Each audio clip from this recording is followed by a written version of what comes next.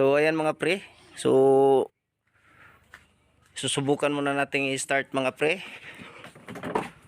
Titingnan natin dito sa dashboard, dito sa loob. Ayan. So ayan po yung key. Itatry natin i-start mga pre. Ayan. So ayan. I-start ko na mga pre. Ayan, walang reaction. So hindi talaga siya andar mga pre. So titignan muna natin yung battery mga pre, anong kondisyon ng battery mga pre. Gamitan muna natin ng tester mga pre.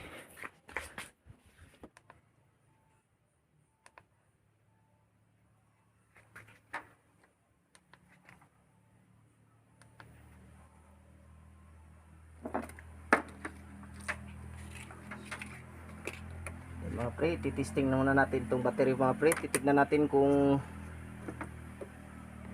pasok ba ang kanyang voltahe. Kasi so far okay naman yung battery. Okay yung battery niya. So may titignan tayong iba, yung starter niya, at titignan natin. Yan mga pre. Ay. So pupunta tayo sa ilalim mga pre, titignan natin yung mismong starter niya. Baka nandun lang ang sira, o kaya may na loose lang. So ayan mga pre, dito na po tayo sa ilalim ng sasakyan. So ito po yung kanyang starter. Ito po yung kanyang starter. So ayun mga pre, kitang kita hindi naikabit yung socket. So ikakabit natin ito mga pre. Ito ang dahilan kung bakit hindi, yan ang dahilan kung bakit hindi makapag-andar. Hindi na ikabit maayos yung kanyang socket. So, ayan mga pre, no? Klarong klaro. Susubukan natin i-start mga pre kung i-start na ba siya. So, ayan mga pre.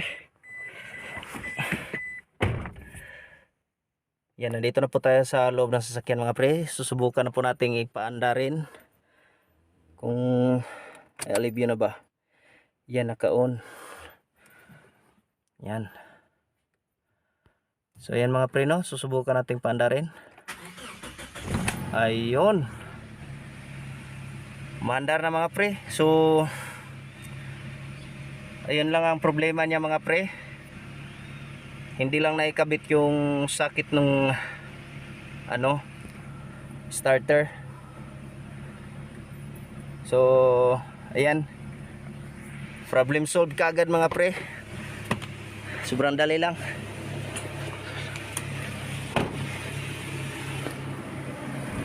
Yan. Manda na mga pre. Ito pala yung ating itong ating customer na palaging